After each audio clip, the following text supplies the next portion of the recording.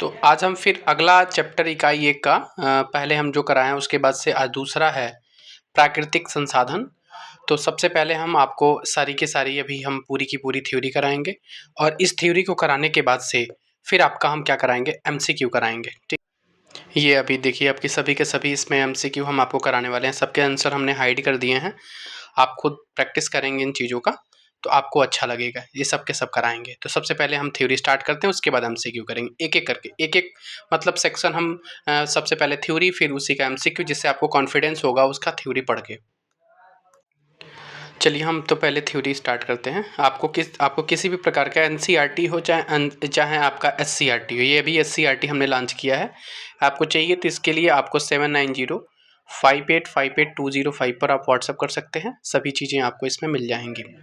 चलिए स्टार्ट करते हैं। पहला पॉइंट आपका भारत में प्राकृतिक संसाधन के चैप्टर है। भारत में क्या है कि पर्वत आपके 30% है, पठार आपके 27% है और मैदान आपके 43% है। अगला पॉइंट इसी में है कि मृदा क्या है, तो मृदा एक जीवंत तंत्र है। ठीक है।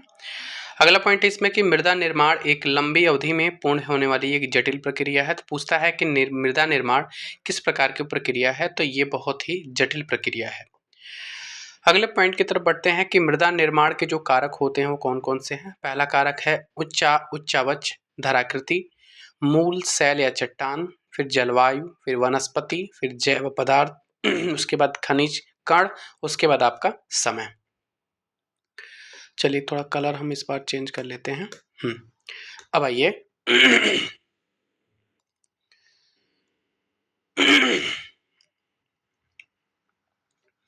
करज जलोढ़ मृदा भारत में सर्वाधिक क्षेत्र में इसका महत्वपूर्ण है। पहले से स्टार्ट करते हैं हम जलोढ़ मृदा से। तो सर्वाधिक क्षेत्र में जलोढ़ मृदा फैला हुआ है। उसके बाद इसका जो उत्तर भारत का संपूर्ण मैदान है वो जलोढ़ मृदा है। जलोढ़ मृदा वो सिंधु, गंगा, ब्रह्मपुत्रा द्वारा लाए गए निक्षेपों से बना हुआ है। ठीक है। महानदी गोदावरी, कृष्णा, कावेरी द्वारा निर्मित जो डेल्टा है वो भी जलोढ़ मृदा से ही बना है। यदि हम इसके रंग की बात करेंगे तो ये धुंधला और लालिमा है। यदि हम पर्वतीय क्षेत्र की बात करेंगे तो ये द्वार, चौर और तराई क्षेत्र में देखने को मिलता है। उसके बाद से जलोढ़ मृदा के प्रकार की बात करें तो दो प्रकार का होता है। पहला होता है जलोढ़ मृदा और नवीन जलोढ़, और दूसरा होता है पुराना जलोढ़। नवीन जलोढ़ को हम खादर के नाम से जानते हैं और पुराने जलोढ़ को हम बांगर के नाम से जानते हैं। अब इसमें एक और आपका सबसे बड़ी बात यह है, पूछता है जो खादर होता है वो काफी उपजाऊ होता है, जो आपकी नवीन जलोढ़ है वो आपकी उपजाऊपन दृष्टि से बहुत महत्वपूर्ण है। इसके जो कण होते हैं काफी महीन होते हैं। यदि हम पुराने जलोढ़ की बात करेंगे जो बांगर कहलाता है, ये उपजाऊ कम होता है, फर्टिलिटी रेट बहुत कम होती है इसकी, क्योंकि इसमें बहुत ही कंकड़ पत्थर होते हैं, इसकी मृदा महीन नहीं होती है इसीलिए। तो समझ गए, यही इंपॉर्टेंट सबसे ज्यादा है, एग्जाम में यही पूछता है। उसके बाद से ये भी अब आगे आने लगा है, एग्जाम में पूछता भी है कि पोटास, फास्फोरस और चूना की इसमें प्रधानता पाई जाती है, लेकिन इसमें नाइट्रोजन की कमी पाई जाती है। जलोढ़ मृदा में नाइट्रोजन की कमी पाई जाती है। क्लियर है। करा कि गेहूं, चावल, गन्ना, मक्का, दलहन का पैदावार इस आपके जलोढ़ मृदा में सबसे ज्यादा होता है। यदि हम बात करेंगे तो यहाँ पे गहन कृषि होती है। जहां पर गहन कृषि होगी वहां पे जनसंख्या घनत्व बहुत ज्यादा पाया जाएगा। बात समझ में आ गया, पूरा जलोढ़ मृदा। अब आते हैं हम काली मृदा की तरफ लेकर के आपको। काली मृदा क्या होती है, तो ये कपास के लिए सर्वाधिक उपयुक्त मानी जाती है। यदि इसके रंग की बात करेंगे तो रंग इसका लोहा और एल्युमिनियम के कारण इसका काला होता है। ये पाए जाने वाले जो क्षेत्र हैं वो महाराष्ट्र है, गुजरात, कर्नाटक, आंध्र प्रदेश, तमिलनाडु राज्यों में है। यदि हम बात करेंगे स्थानीय नाम इसका, तो स्थानीय नाम इसका क्या है, तो रेगूर है। ये पूछता है एग्जाम में कि काली मृदा का नाम क्या है, ऑप्शन में दे देगा, तो रेगूर इसका काली मृदा का नाम है। क्लियर है। चलिए अगले पॉइंट की तरफ बढ़ते हैं। कह रहा है कि मूल शैलों तथा बेसाल्ट लावा के विघटन से निर्माण इसका होता है काली मृदा का। किससे, तो ज्वालामुखी और बेसाल्ट लावा के विघटन के निर्माण होता है। उसके बाद से इसमें ये भी पॉइंट है कि जिसमें इसकी जो मृदा मतलब कि नमी धारण करने की क्षमता बहुत ज्यादा होती है इसमें। उसके बाद है कि कैल्शियम कार्बोनेट, मैग्नीशियम और पोटास, चूना इसमें सर्वाधिक मात्रा में पाई जाती है। और यहाँ पर एक और बात है कि इसमें फास्फोरस की कमी पाई जाएगी। अभी हमने पढ़ा जलोढ़ मृदा, तो जलोढ़ मृदा में नाइट्रोजन की कमी थी, इसमें फास्फोरस की कमी पाई जाएगी। इसमें काली मृदा में आपको गन्ना, प्याज और गेहूं की खेती सर्वाधिक की जाती है जलोढ़ मृदा, सॉरी काली मृदा में। अब अगला पॉइंट की तरफ बढ़े हम। अगला पॉइंट है आपका, अगला पॉइंट है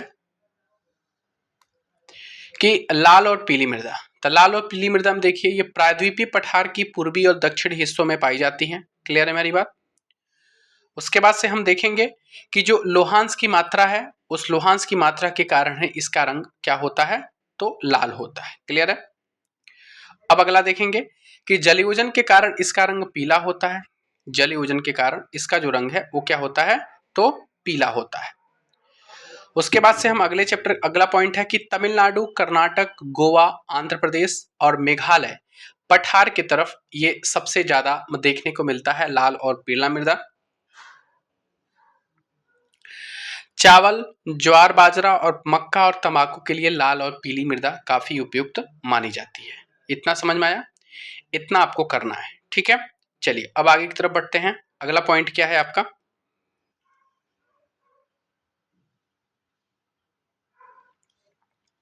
अगला है लेटराइट मृदा। लेटराइट मृदा के बारे में पढ़ते हैं। लेटराइट मृदा है कि इसमें इसका विकास उच्च तापमान और अत्यधिक वर्षा वाले क्षेत्रों में देखने को मिलता है। लेटराइट मृदा कह रहा है कि इसमें तीव्र निक्षालन होता है, लीचिंग होती है। लीचिंग का ही परिणाम आपकी लेटराइट मृदा होती है। ह्यूमस की मात्रा इसमें बहुत ही कम मात्रा में पाई जाती है, मतलब नगण्य होती है। और इसकी क्षेत्र की बात करें, लेटराइट मिट्टी सबसे ज्यादा किस एरिया में पाई जाती है इंडिया के, तो दक्षिणी क्षेत्र की तरफ चलेंगे जहां पे केरला, कर्नाटक और तमिलनाडु, ये 3 स्टेट है जहां पे लेटराइट मृदा सबसे ज्यादा पाई जाती है। सबसे इंपॉर्टेंट पॉइंट है जो एग्जाम में पूछता है कि काजू की खेती के लिए कौन सी मिट्टी सर्वाधिक उपयुक्त होती है, तो काजू की मिट्टी के लिए जो आपकी लेटराइट मृदा है वो काजू की मिट्टी के लिए बहुत ज्यादा, काजू की खेती के लिए बहुत ज्यादा उपयुक्त मानी जाती है। चलिए अगले पॉइंट की तरफ हम बढ़ते हैं। अगला पॉइंट हमारा क्या कह रहा है कि जो मरुस्थली मृदा है, मरुस्थली मृदा का मतलब कि जहां पे मरुस्थल रेगिस्तान है, तो आपको पता ही हो गया, हरियाणा, आपका राजस्थान, पश्चिमी हरियाणा और सौराष्ट्र में इसका देखने को मिलता है। ये ह्यूमस रहित होता है, इसमें ह्यूमस नमी की मात्रा नहीं पाई जाती है। अगला पॉइंट है पर्वतीय मृदा। पर्वतीय मृदा मतलब कि ये पर्वतीय और पहाड़ी क्षेत्रों में देखने को मिलती है। उसके बाद ये नदी घाटियों में जलोढ़ मृदा और ऊंचे भागों में मोटे कण वाली जो अपरिपक्व मृदा के रूप में इसको जानते हैं हम।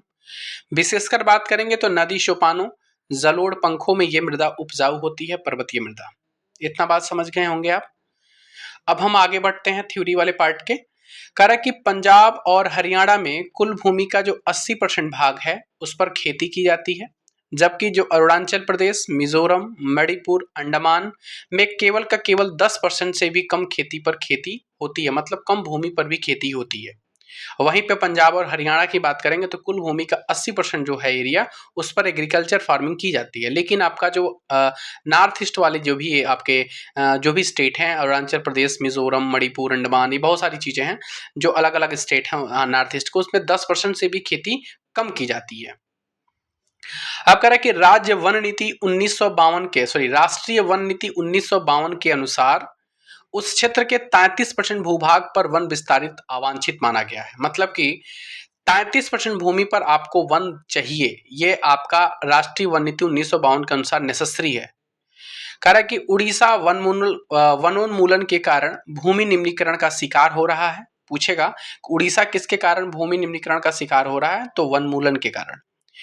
और पंजाब और हरियाणा की बात करेंगे तो ये इसमें सबसे ज्यादा यहाँ पर अधिक सिंचाई के कारण वहाँ का जो भूमि का निम्नीकरण है, फर्टिलिटी रेट धीरे धीरे कम हो रही है।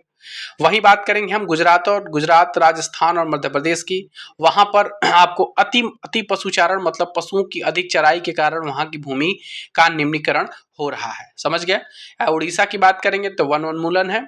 हरियाणा और पंजाब की बात करेंगे, मैक्सिमम क्वेश्चन पूछा जाता है एग्जाम में कि हरियाणा और पंजाब में जो अधिक जो मतलब कि उसका भूमि निम्नीकरण का मुख्य कारण क्या है, तो वहां का जो अधिक सिंचाई है वो है।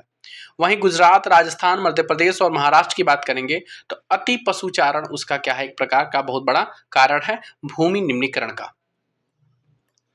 अगले पॉइंट है, हमने सभी बुलेट पॉइंट इसमें कवर किए हैं। सबसे बड़ी बात, आपको हर सेक्शन का अलग अलग हम एमसीक्यू करा रहे हैं, हर सेक्शन का अलग अलग हम थ्योरी करा रहे हैं। आप इसको शुरू से लेकर के अंत तक जरूर करें। पहली बार प्लीज चैनल को सब्सक्राइब कर लें, दोस्तों के बीच में शेयर जरूर कर दें। अगला पॉइंट है कि तिलहन और दलहन पौधे की खेती में नाइट्रोजनी स्थिरीकरण होता है। पहाड़ी क्षेत्रों में समोच्च जुताई, जिसको हम कंटर प्लाइंग बोलते हैं, ये पहाड़ी क्षेत्रों में की जाती है, द्वारा मृदा अपरदन रोका जा सकता है। पूछेगा कि समोच्च जुताई जो कंटर प्लाइंग है इसके द्वारा किस क्षेत्र में मृदा अपरदन को रोका जाता है? तो पहाड़ी क्षेत्रों में, याद रखिएगा। वही बात है कि दलहन और तिलहन इनके पौधे के लिए किसका अति आवश्यक है? तो नाइट्रोजनी स्थिरीकरण होता है खेती में।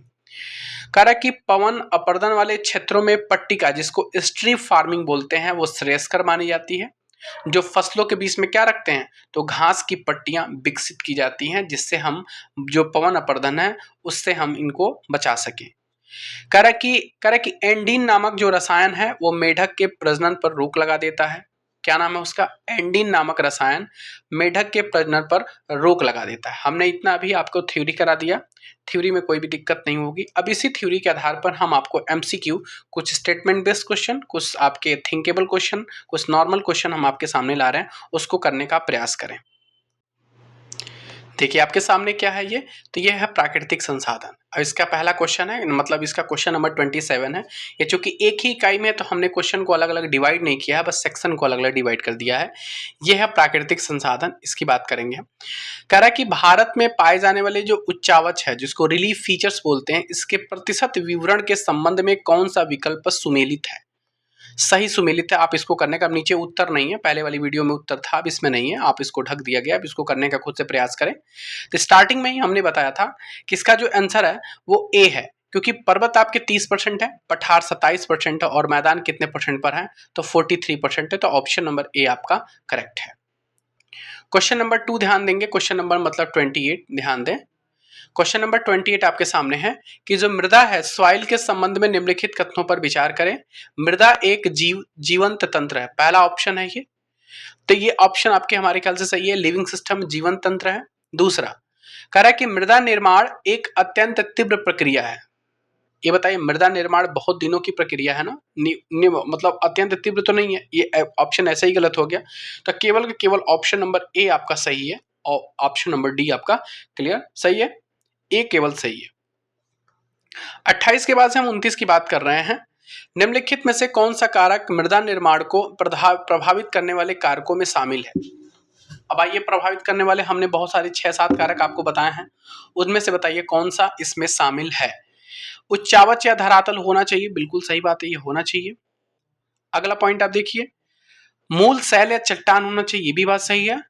जलवायु और वनस्पति होना चाहिए, इस पे भी डिपेंड करता है, प्रभावित करने वाले कारक है।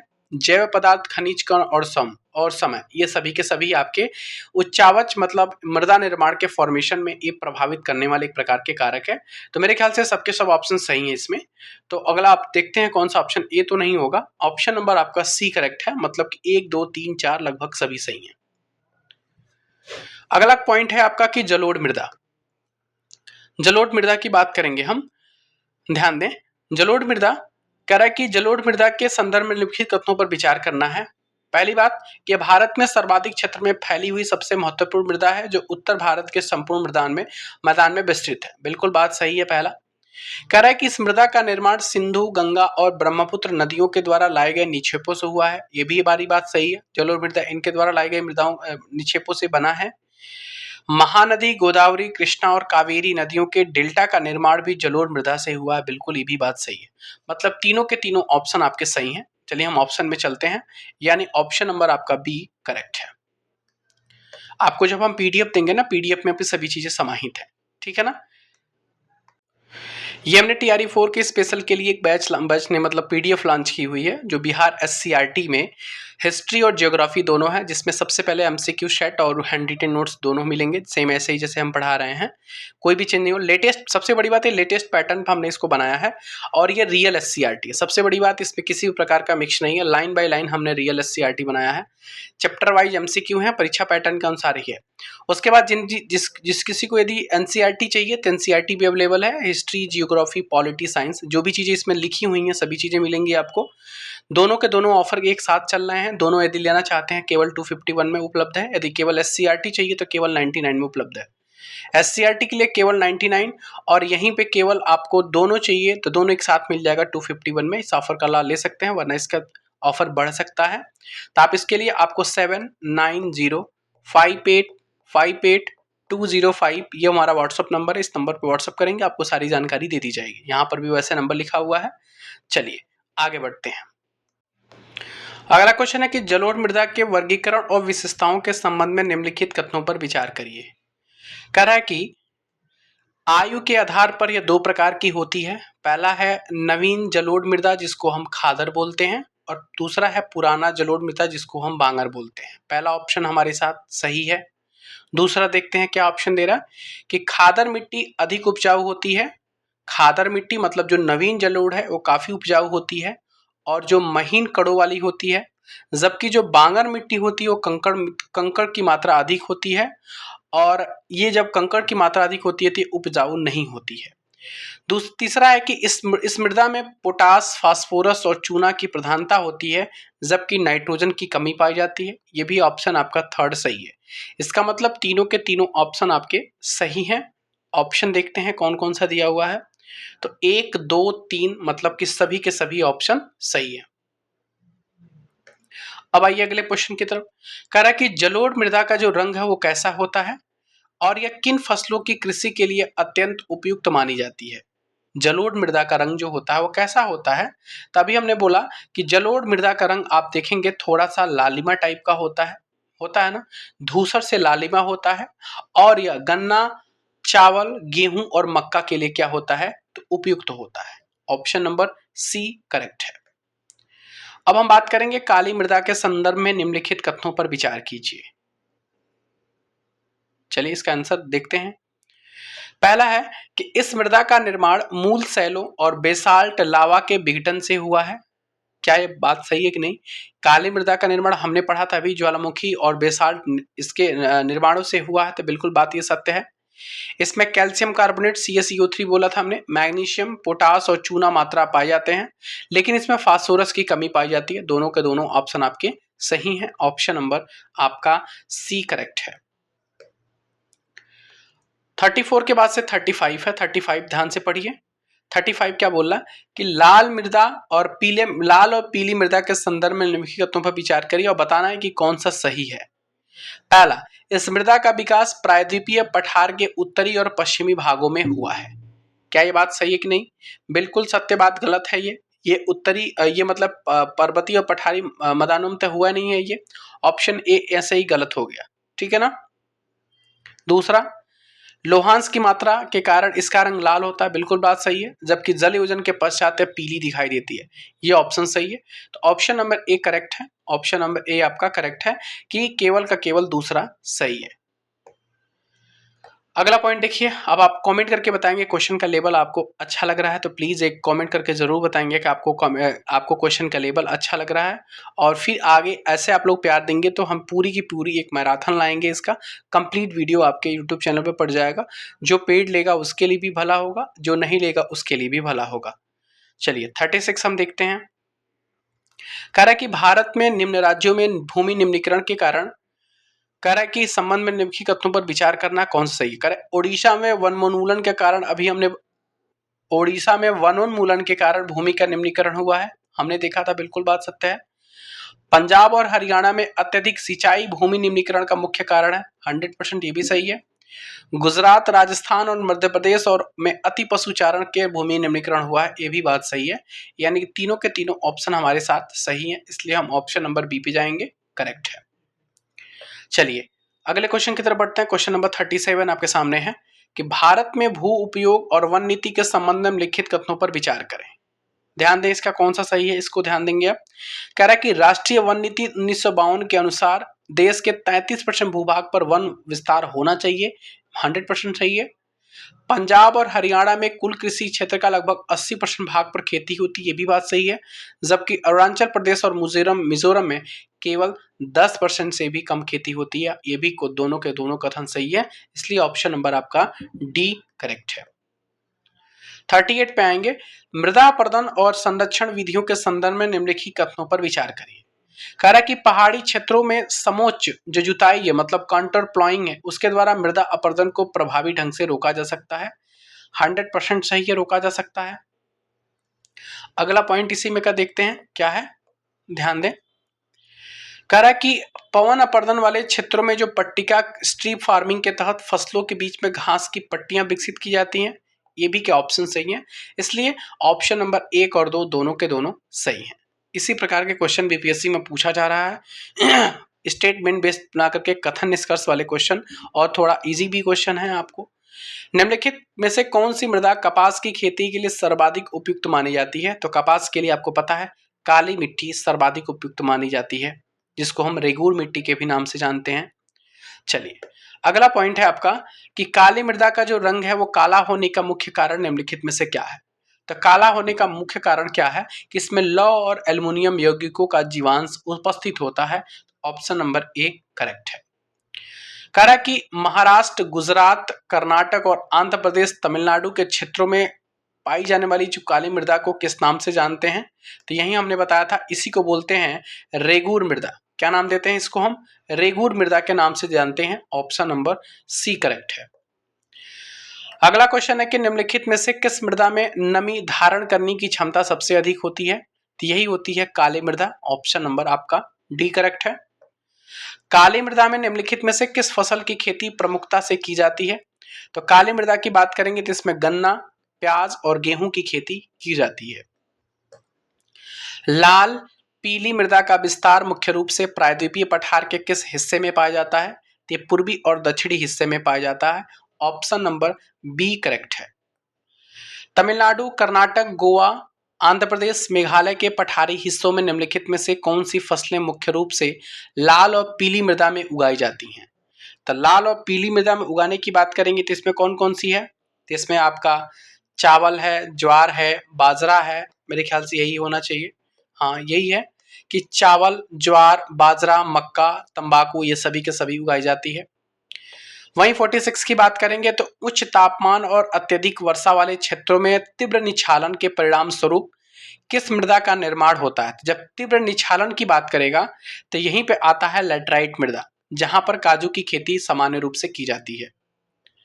लैटराइट मृदा में जैव पदार्थ यानी ह्यूमस की मात्रा कैसी होती है? जब लैटराइट मृदा की बात करेंगे तो यहाँ पर ह्यूमस की मात्रा कैसी होती है? बिल्कुल नगण्य, मतलब ना के बराबर पाई जाती है।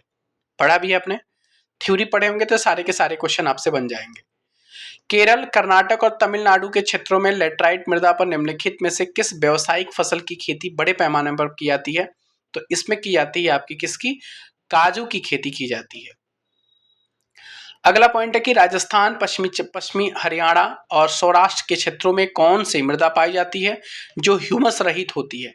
तो ये पर्वतीय इलाका है, जाहिर सी बात है, सॉरी मरुस्थलीय इलाका है, तो मरुस्थलीय मृदा पाई जाएगी। ऑप्शन नंबर बी करेक्ट है। पर्वतीय मृदा के संदर्भ में नदी घाटियों के निचले भागों और जलोढ़ पंखों में यह मिट्टी कैसी होती है?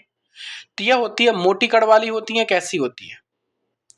ये कैसी होगी? तो ये होगी आपकी उपजाऊ होगी, महीन कण वाली होगी, ठीक है ना। पहाड़ी मृदा के संदर्भ में जो नदी घाटियों की नीचे वाली जो भूमि होती है वहां पर जलोढ़ पंख पाया जाता है, और उस जलोढ़ पंख में जाहिर सी बात है उपजाऊ मृदा होगी। और जब उपजाऊ मृदा होगी तो किस प्रकार के कण होंगे उसके? तो महीन कण होंगे। उम्मीद करते हैं आपको वीडियो पसंद आ रहे होंगे कि लाइन बाय लाइन हमने एमसीक्यू में भी दिया है और हर एक बुलेट पॉइंट हमने अपने नोट्स में भी फॉर्मेट में कंप्लीट करके आपको दिए हैं। आप उसको करने के बाद से, दोनों करने के बाद से आपको बुक पढ़ने की बिल्कुल जरूरत नहीं है, गारंटी है। यदि आपको इसका कंप्लीट पेड नोट्स चाहिए तो 7905858205 पर व्हाट्सएप करेंगे, आपको मिल जाएगा। चलिए अगला पॉइंट हम देखते हैं। कह रहा है कि पर्वतीय और पहाड़ी क्षेत्रों में नदी घाटियों में मिट्टी का स्वरूप कैसा होता है? जब पर्वतीय और पहाड़ी की बात करेंगे तो वहां पर काफी रेतीली मृदा पाई जाएगी, अत्यधिक रेतीली मृदा पाई जाती है। Option number B. पंजाब और हरियाणा के कितने प्रतिशत भूभाग पर कुल कृषि की जाती है? आप पंजाब और हरियाणा की बात आ रहे हैं तो यहाँ पर 80% भूभागों पर खेती की जाती है। ऑप्शन नंबर आपका सी करेक्ट है। अगला पॉइंट देखिए, कह रहा है कि निम्नलिखित में से भारत के किन राज्य, किन शासित प्रदेशों में कुल भूमि का 10% से भी कम खेती की जाती है? तो अंडमान, अरुणाचल प्रदेश, मिजोरम, मणिपुर, इन सभी भागों में। राष्ट्रीय वन नीति किस वर्ष घोषित की गई थी और जिसके अनुसार देश के कुल भूभाग के 33% भूभागों पर वन का होना आवश्यक माना जाता है? तो ये है 1952। अत्यधिक सिंचाई के कारण उत्पन्न जलक्रांतता, वाटर लॉगिंग के किस राज्य में भूमि का निम्नीकरण हुआ है? अत्यधिक सिंचाई के कारण, जब अत्यधिक सिंचाई की बात करेंगे तो उसमें आपका पंजाब और हरियाणा आता है। ऑप्शन नंबर आपका डी। उसी क्वेश्चन को हमने मॉडिफाई करके इसको इसमें दिया है। गुजरात, राजस्थान, मध्य प्रदेश और महाराष्ट्र में भूमि निम्नीकरण का सबसे प्रमुख कारण क्या है? तो जब गुजरात, राजस्थान की बात करेंगे तो ये आएगा अति पशुचारण। क्या आएगा? अति पशुचारण। बात करेंगे वहीं कि ओडिशा राज्य में भूमि निम्नीकरण का मुख्य कारण क्या है? तो ओडिशा की बात करेंगे तो ये वनोन्मूलन है। ऑप्शन नंबर सी करेक्ट है। चलिए अगला पॉइंट है कि मिट्टी के प्राकृतिक रूप में नाइट्रोजन स्थिरीकरण बढ़ाने के लिए कौन पौधे कह रहा है कि किन पौधों का फसलों की खेती की जाती है? तो इसमें की जाती है तिलहन और दलहन की। इससे आपका क्या होता है? नाइट्रोजन स्थिरीकरण होता है और खेती अच्छी होती है। पहाड़ी और ढालू क्षेत्रों में मिट्टी की कटी हुई रेखाओं के समानांतर खेती करने की प्रक्रिया को क्या कहा जाता है? इनको बोलते हैं समोच्च खेती, कंटर प्लाइंग बोलते हैं। पवन अपर्दन वाइंड इरोजन से प्रभावित क्षेत्रों में मृदा संरक्षण के लिए निम्नलिखित में से कौन सी कृषि पद्धति सबसे उपयुक्त मानी जाती है? तो गहन पद्धति तो होगी नहीं, कौन सा होगा? इस पे बोलते हैं strip farming. Option number B पट्टिका कृषि। कह रहा है कि पट्टिका कृषि के अंतर्गत मृदा अपरदन रोकने के लिए फसलों के बीच में किसकी पट्टियां विकसित की जाती हैं? तो इसके बीच में घास की पट्टिका, मतलब कि जो घास होते हैं उनको उगाया जाता है। Option number B. निम्नलिखित में से कौन सा रासायनिक पदार्थ जो है मेढक के प्रजनन की प्रक्रिया पर रोक लगा देता है या उसे बाधित कर देता है? इसका नाम है एंड्रीन। क्या नाम है इसका? एंड्रीन। ऑप्शन नंबर ए करेक्ट है। लेटराइट मृदा के ऊंचे या पहाड़ी भागों में किस प्रकार के कणों वाली अविकसित मृदा पाई जाती है? तो ये जब लेटराइट मृदा की बात करेंगे ऊंचे या पहाड़ी भागों में, तो इसको अत्यंत महीन और उपजाऊ होगी। नहीं नहीं, अविकसित की बात कर रहे ना, तो ये तो ऑप्शन नहीं होगा, सॉरी ये नहीं होगा। ये होगा आपका मोटे कण वाली होगी ना। हाँ, ऑप्शन नंबर आपका सी मोटे कण वाली मृदा पाई जाएगी। चलिए इसी के साथ ये वाला सेक्शन हमारा खत्म होता है। उसके बाद से हम फिर आएंगे जल संसाधन को। तो सबसे पहले हम जल संसाधन की पूरी थ्योरी पढ़ेंगे, उसके बाद से हम पूरे के पूरे एमसीक्यू पढ़ेंगे।